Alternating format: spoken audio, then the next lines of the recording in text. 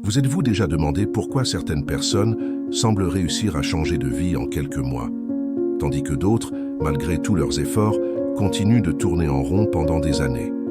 Y a-t-il quelque chose de plus frustrant que de se réveiller chaque jour avec de bonnes intentions, de regarder des vidéos de motivation, de se faire des promesses devant le miroir et de constater que la réalité reste la même? C'est comme s'il existait une barrière invisible entre l'effort et les résultats, comme si la vie était bloquée dans une boucle silencieuse et que chaque tentative de recommencer se terminait par un retour au point de départ. De l'extérieur, la personne peut paraître forte, mais intérieurement, elle crie. Et ce cri est inaudible. La vérité que peu ont le courage d'admettre est simple. Ce qui vous retient, ce n'est pas le manque de talent, de temps ou d'opportunité. Ce qui vous retient, c'est votre propre esprit, un esprit programmé, depuis des années, pour vivre dans la pénurie. Un état d'esprit invisible et saboteur qui opère dans l'ombre de votre subconscient et vous empêche de vous élever à chaque tentative. Et le plus dangereux, cette programmation ne crie pas, elle murmure. Elle se déguise en prudence, humilité, circonspection. Mais au fond, c'est la peur de devenir celui ou celle que vous êtes censé être. Car au fond, une part de vous croit ne pas le mériter. Et tant que vous ne l'affronterez pas, rien ne changera. Rien. Et si cet esprit pouvait être reprogrammé dès aujourd'hui? Et si les codes de la rareté révélaient des signaux clairs, des signaux qui, ignorés, vous maintiendraient dans la pauvreté à jamais? La partie suivante révèle le premier de ces signes, et peut-être le plus dangereux de tous. Si ce début a touché quelque chose que vous ressentez depuis longtemps, alors vous êtes au bon endroit. Ici, vous ne trouverez ni formule magique, ni cliché. Vous trouverez des vérités qui transforment de l'intérieur. Si vous sentez qu'il est temps de briser ce cercle vicieux qui vous freine, abonnez-vous à la chaîne et aimez-la. Car désormais, vous n'êtes plus seul. Vous faites partie d'une communauté qui n'accepte plus la survie. Elle est prête à reprogrammer son esprit, à reconstruire son identité et à atteindre la véritable liberté. Votre tournant commence maintenant. Peu de gens le savent, mais un esprit pauvre ne naît pas d'un seul traumatisme. Il se façonne progressivement par de petites expériences répétées, par des phrases que personne ne devrait entendre dans l'enfance, par des conseils qui semblaient judicieux, mais qui ont créé de profondes peurs. C'est cette voix qui vous a fait entendre en grandissant que l'argent ne fait pas le bonheur, que ceux qui en font trop finissent par être frustrés, que il vaut mieux avoir un salaire stable que de tout risquer. Et ainsi, sans vous en rendre compte, vous êtes entraîné à accepter peu, à désirer avec honte, à rêver en silence. Et pire encore, vous commencez à vous méfier de votre propre ambition, comme si vouloir plus était un péché. Cette douleur psychologique n'est pas visible dans le miroir. Elle réside dans l'épuisement de faire semblant que tout va bien, dans l'épuisement de porter un immense potentiel, prisonnier d'un esprit saboteur. C'est le sentiment d'être fait pour quelque chose de plus grand, mais quelque chose en vous vous retient à chaque fois que vous essayez de percer. Et puis, le cycle recommence. Une idée vous enthousiasme, vous vous lancez, mais bientôt le découragement, le doute, la vieille pensée « ça ne marchera jamais pour moi » s'installe. Et puis, tout s'arrête. À nouveau. Ce n'est pas de la malchance, ce n'est pas un manque de discipline. C'est une programmation inconsciente qui agit comme un virus, silencieuse, persistante, fatale. Vous pouvez vous lever tôt, étudier, essayer d'être positif, mais si votre esprit est prisonnier d'un système de pénurie, vous trouverez toujours le moyen de vous saboter. Toujours. Car le pauvre esprit a peur de la nouveauté, peur du saut, peur de la liberté. Il préfère la prison familière au risque de devenir grand. Et tant que vous n'aurez pas perçu cela avec une clarté brutale, vous continuerez à penser que le problème vient de vous. Alors qu'en fait, le problème vient de ce qu'ils ont fait à votre cerveau. Mais la bonne nouvelle, c'est que tout cela laisse des traces. L'esprit qui vous sabote vous envoie des signaux. Et en apprenant à les identifier, vous gagnez en puissance. Dans le prochain article, vous découvrirez la promesse cachée qui peut transformer cette clé et pourquoi elle est plus réelle qu'il n'y paraît. Maintenant, répondez honnêtement dans les commentaires. Quelle est la phrase qui vous a le plus marqué? celle que vous entendiez quand vous étiez jeune et qui, aujourd'hui, vous limite sans vous en rendre compte. Écrivez-la ci-dessous. Parfois, nommer ce qui nous a freinés est le deuil. Premier pas pour briser cette chaîne invisible, qui a maintenu tant de bonnes personnes au même endroit pendant des années. Découvrons ensemble d'où vient vraiment cette voix. L'esprit peut être votre plus grand saboteur ou votre plus grand allié. Et c'est peut-être l'une des vérités les plus négligées par ceux qui tentent de changer de vie. Car, au fond, la plupart des gens n'ont pas besoin de plus d'informations. Ils savent déjà quoi faire. Ce qui manque, c'est un esprit qui soutient l'action, qui puisse supporter l'inconfort, qui puisse résister aux vieux schémas. C'est pourquoi tant de gens abandonnent à mi-chemin. Car essayer d'évoluer avec l'ancien état d'esprit, c'est comme courir les pieds ancrés au sol. L'effort est grand, mais le progrès est quasi nul.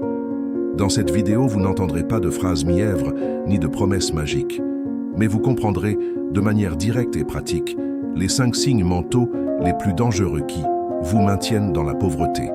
Et comment? Vous pouvez commencer à les reprogrammer encore aujourd'hui. Ce sont des schémas que vous répétez sans vous en rendre compte. Des pensées qui semblent normales, mais qui ont été implantées en vous par des années de manque. Et si vous ne les exposez pas maintenant, elles continueront de définir votre vie sans votre permission. Jim Rohn a dit que tu n'attires pas ce que tu désires, tu attires ce que tu deviens. Et c'est pourquoi, dès maintenant, vous devez prendre une décision. Continuez à être la même. Personne avec les mêmes pensées. Ou commencer le véritable processus de reprogrammation mentale pour l'abondance, le contrôle et la discipline. Mais d'abord, nous devons éliminer les objections invisibles que votre esprit soulève déjà en ce moment. Alors que vous écoutez chaque mot de cette vidéo, réfléchissez vite.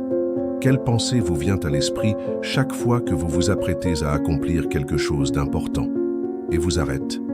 Laissez un commentaire ci-dessous, car souvent, cette pensée récurrente n'est pas la vôtre. C'est un vieux programme que quelqu'un vous a appris. Et ce n'est qu'en l'identifiant clairement que votre reprogrammation commence vraiment. À ce stade de la vidéo, votre esprit a peut-être déjà commencé à se protéger. Ce n'est pas pour moi. Ma réalité est différente. C'est facile pour lui de parler. Et c'est précisément pour cela que tant de gens restent bloqués. Ce pauvre esprit est passé maître dans l'art de créer des excuses, sophistiqué pour rester le même. Il se déguise en humilité, alors qu'en réalité c'est de la peur. Il se protège par des arguments logiques, alors qu'au fond, il cherche simplement à éviter l'inconfort du changement. Car le changement, vraiment, fait mal. Affronter ses propres schémas demande du courage. Et le premier réflexe du vieil esprit est de saboter toute tentative de transformation. Mais voici une dure vérité. Tous les millionnaires que vous admirez aujourd'hui ont commencé avec moins que ce que vous avez maintenant. Beaucoup étaient fauchés. Certains étaient endettés, d'autres étaient émotionnellement brisés. Aucun d'entre eux n'avait le scénario idéal. Ce qu'ils avaient, c'était une décision, une percée. Un moment où ils se sont regardés dans le miroir et se sont dit « ça suffit ». Ils n'ont pas demandé la permission, ils n'ont pas attendu le bon moment. Ils ont commencé avec la peur, le doute, l'épuisement, mais ils ont commencé, parce qu'ils ont compris qu'attendre. L'esprit parfait pour agir, c'est comme attendre que le soleil se lève à minuit. Cela n'arrivera jamais. Cette vidéo ne s'adresse pas à ceux qui recherchent un réconfort émotionnel. Elle s'adresse à ceux qui sont prêts à être confrontés. Elle s'adresse à ceux qui en ont assez de croire à leurs propres excuses. Et plus encore, elle s'adresse à ceux qui sont prêts à affronter les signes, un par un, même s'ils font mal. Car la vérité libère, mais d'abord, elle fait mal. Et maintenant que vous comprenez pourquoi cela vaut aussi pour toi, le temps est venu de regarder dans les yeux de premier signal mental qui vous maintient coincé dans la pénurie, et peut-être qu'en le reconnaissant, vous vous rendrez compte qu'il est présent dans plus de moments de votre vie que vous ne voudriez l'admettre. Il existe une programmation silencieuse qui transforme des personnes intelligentes, travailleuses et pleines de potentiel en victimes déguisées. Et le plus cruel dans tout cela, c'est peut-être que personne ne se rend compte qu'il est une victime lorsqu'il vit comme tel, car le pauvre esprit a appris à camoufler l'apitoiement sur lui-même. Il ne dit pas « pauvre de moi », il dit « j'ai tant voulu, mais c'est impossible ». Il ne pleure pas dans un coin. Il sourit et dit « Quand je pourrai, j'essaierai. La victime moderne porte le masque du résigné, celui qui semble toujours heureux dans la vie, mais qui, intérieurement, ravale la frustration d'une année comme la précédente. C'est là la racine de la pénurie. Croire que le contrôle de sa propre histoire se situe hors des sentiers battus.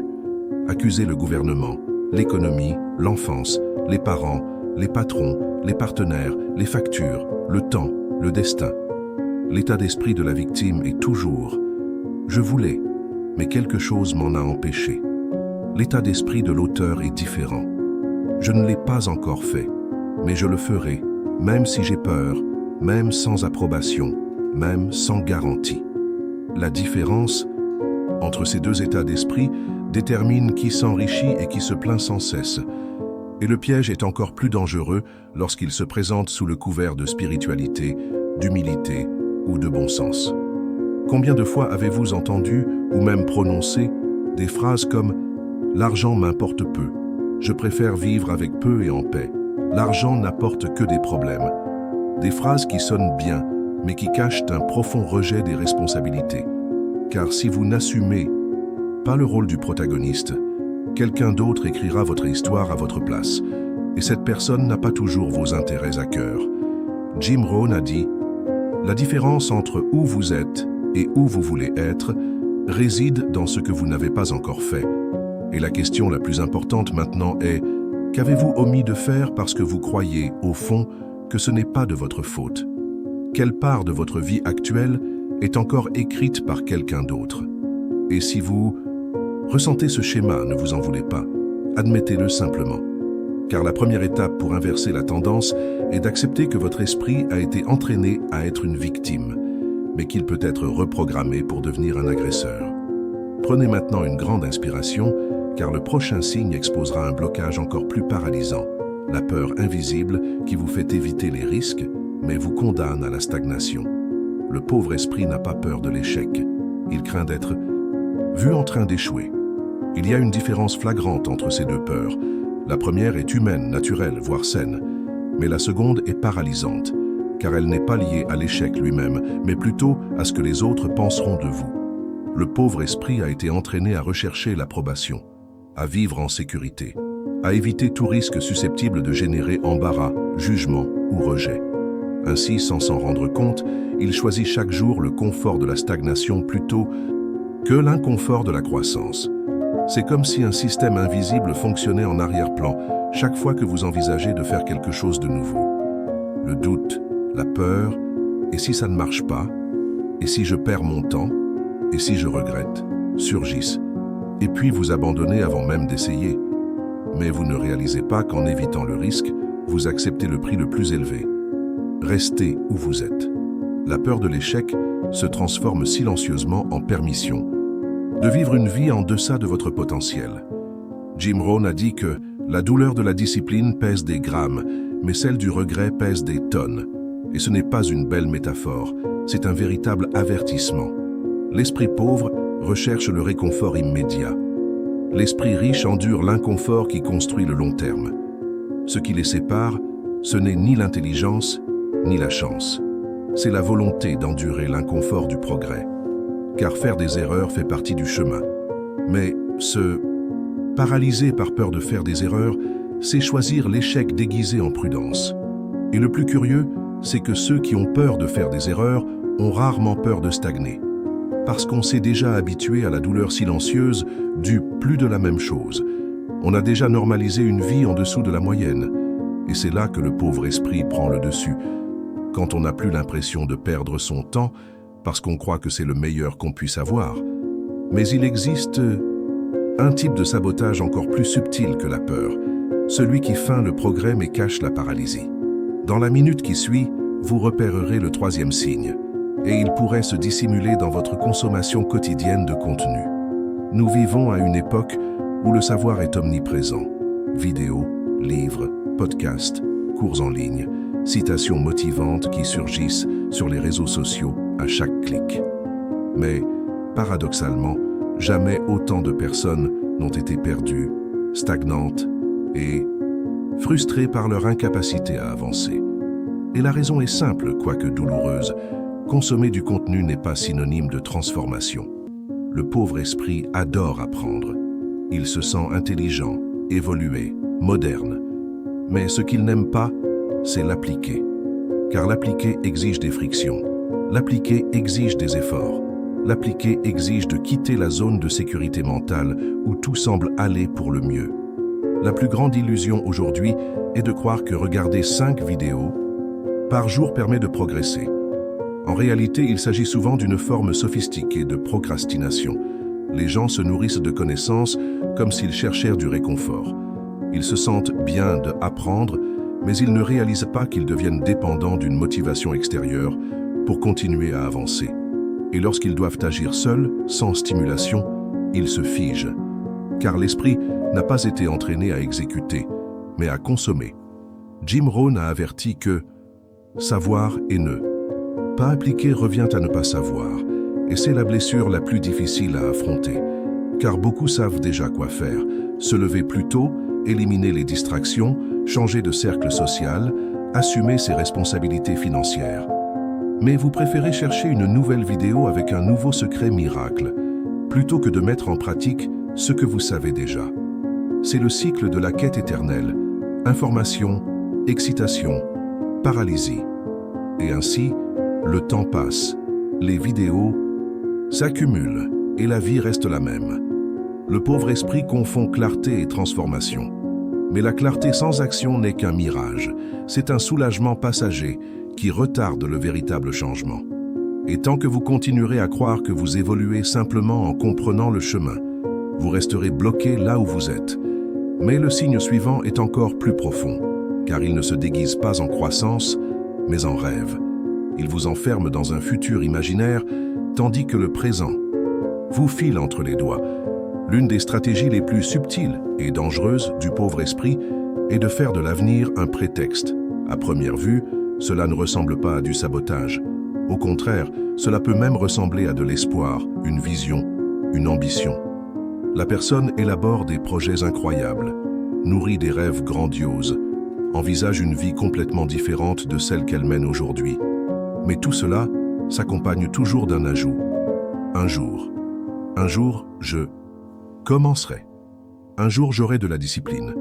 Un jour, je quitterai ce travail. Un jour, j'investirai. Un jour, je changerai mes habitudes. Je prendrai soin de ma santé. J'étudierai. Je réussirai. Ainsi, l'esprit se spécialise dans la transformation de demain en un refuge émotionnel. Un lieu fictif où tout sera différent, mais où, paradoxalement, il n'aura jamais besoin d'agir. Des phrases comme « quand j'aurai de l'argent, je commencerai à investir » ou « quand tout sera organisé, je changerai mes habitudes » semblent logiques à première vue, mais en pratique, elles cachent une peur profonde d'affronter la réalité avec les armes dont nous disposons maintenant. Le « quand » devient un bouclier pour éviter de faire « maintenant ». Et aujourd'hui est mis de côté, négligé, rejeté. La personne se voit comme quelqu'un en perpétuelle préparation, toujours en attente du moment idéal, toujours se sentant presque prête. Mais le problème est que ce futur idéal n'arrive jamais, parce qu'il n'a pas été conçu pour arriver. Il a été construit par l'esprit comme un mécanisme de défense pour éviter la douleur, le risque et la frustration du présent.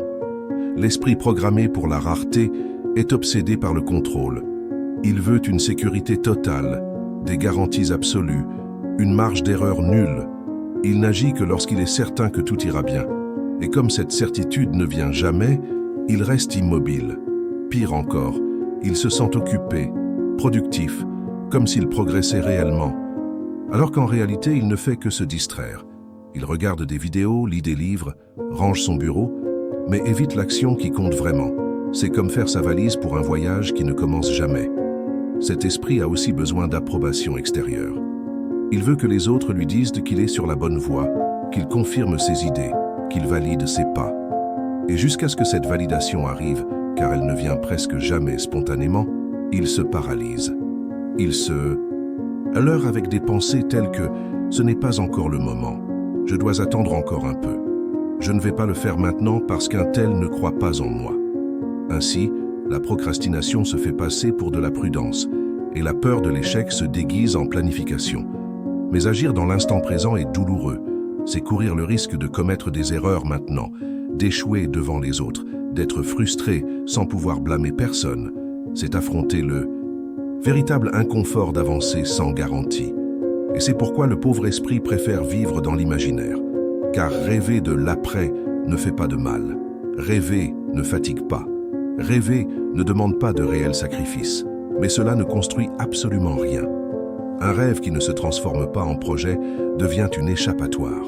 Et un projet qui ne se transforme pas en action devient une frustration. Jim Rohn l'a dit clairement. Ce n'est pas ce qui arrive qui change votre vie, mais ce que vous faites de ce qui arrive maintenant. Il s'agit du présent, de ce que vous avez entre les mains, de la capacité à prendre des décisions imparfaites avec des ressources limitées, mais avec intensité et un engagement total.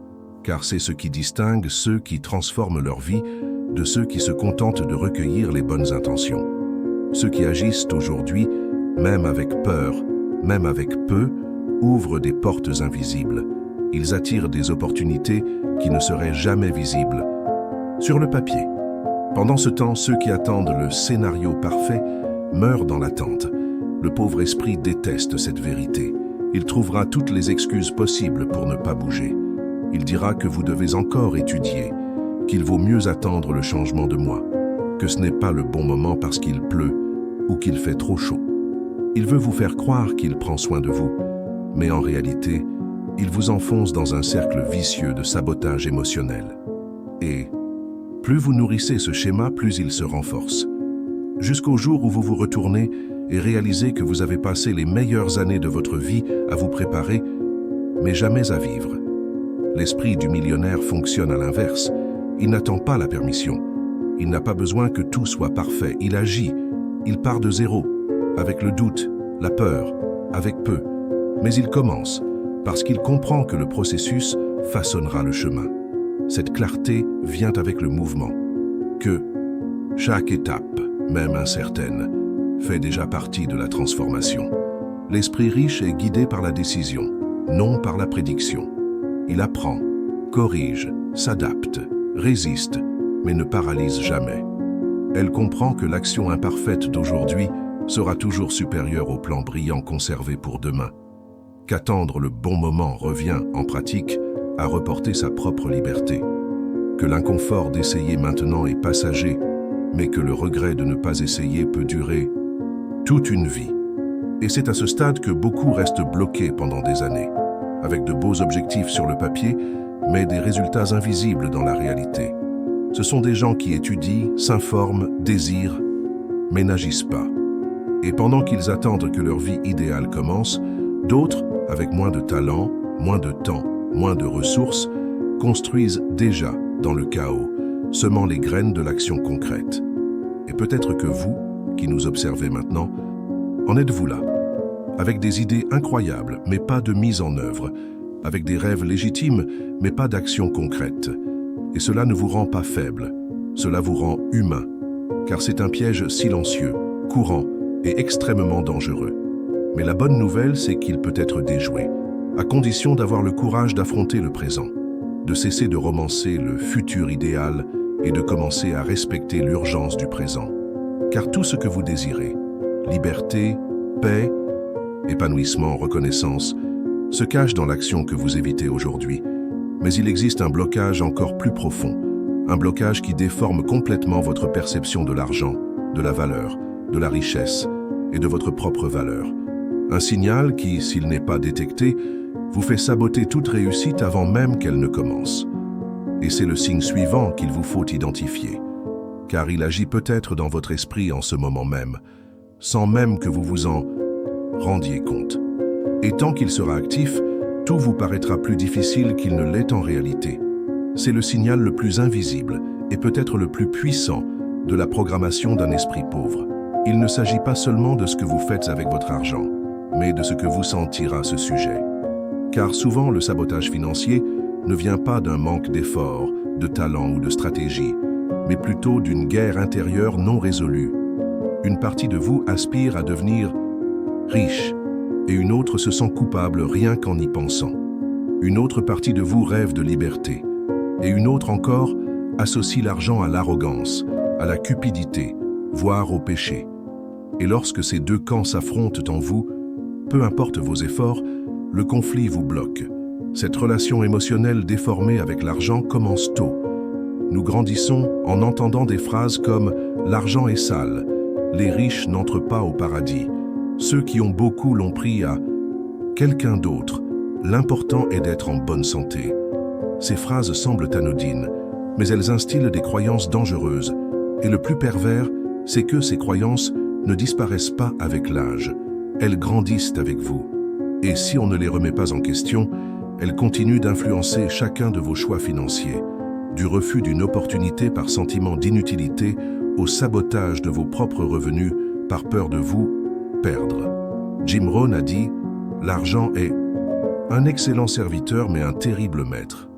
Le problème, c'est que ce pauvre esprit n'a pas appris à le maîtriser.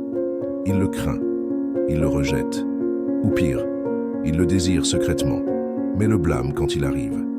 Les personnes ayant une relation toxique avec l'argent font tout ce qu'elles peuvent pour l'attirer. Mais lorsqu'elles y parviennent, elles le repoussent rapidement. Elles dépensent compulsivement, se sabotent et se mettent dans des situations qui anéantissent tout progrès.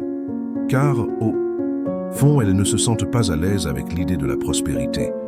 Il y a une part d'elles-mêmes qui dit « tu ne mérites pas ça ». Tant que cette partie n'est pas exposée, comprise et reprogrammée, aucun plan financier ne sera suffisant. Vous gagnerez peut-être même plus. Mais vous continuerez à dépenser, à perdre et à souffrir davantage. La véritable prospérité commence lorsque votre esprit apprend à considérer l'argent comme un outil neutre et non comme un fardeau émotionnel. Maintenant, que vous avez identifié les 5 signes qui sabotent votre état d'esprit, il est temps de mettre fin à ce cycle. Nous conclurons ce voyage par une réflexion profonde et un appel direct à l'étape suivante. Maintenant que vous avez perçu, avec une clarté brutale, les 5 signes qui maintiennent silencieusement votre esprit bloqué dans le manque, il est impossible de revenir à votre état antérieur, car une fois la vérité révélée, elle ne peut plus être ignorée. Et aussi inconfortable que cette prise de conscience puisse paraître en ce moment, c'est le seul pont entre qui vous avez été et qui vous devez devenir. Vous avez découvert que vous pensez comme une victime, alors que vous devriez agir comme un bourreau, que vous évitez de commettre des erreurs, mais acceptez d'être bloqué, que vous assimilez les connaissances mais êtes paralysé dans l'exécution, que vous vivez en projetant l'avenir tout en négligeant le présent. Et, peut-être le plus choquant, que vous percevez l'argent comme quelqu'un qui le craint, le rejette, voire en a honte. Tout cela vous a mené là où vous êtes. Mais à partir de maintenant, vous devez décider qui commandera, votre ancien esprit ou votre nouvelle identité. Jim Rohn disait toujours « Si vous voulez changer votre vie, changez-vous d'abord ». Et c'est là que tout bascule. Désormais, plus besoin de motivation ni de promesses.